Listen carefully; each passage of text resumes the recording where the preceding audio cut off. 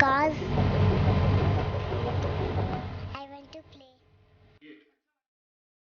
ये आप इजीली छोड़ सकते हो, ठीक है। शीशे पे मैंने मार के दूसरे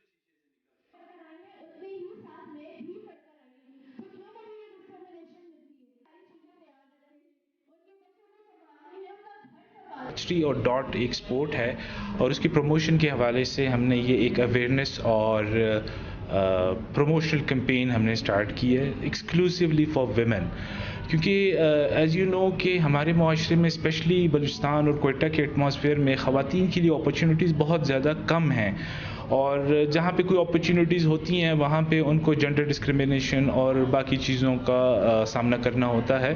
तो उन चीज़ों को काउंटर करने के लिए हमने इस कैंपेन को स्टार्ट किया है बलूचिस्तान आर्चरी एसोसिएशन ने, और विमेन विंग एक इसको हमने इनिशिएटिव लिया है and we are very hopeful कि ये बलूचिस्तान की यूथ के लिए बड़ी फ़ायदेमंद चीज़ होगी। Working for the past 4 years, मैंने डिफरेंट सिटीज में काम किया है वुमेन एम्पावरमेंट।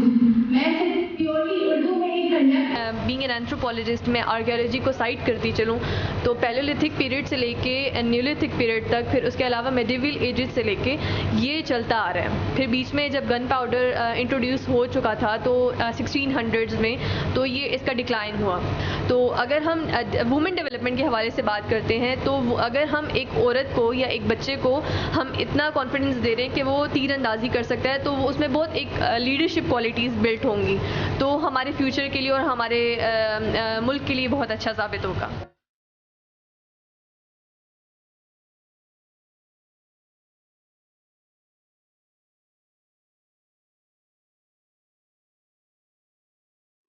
एम्पावरमेंट क्या आप लोगों को बता सकते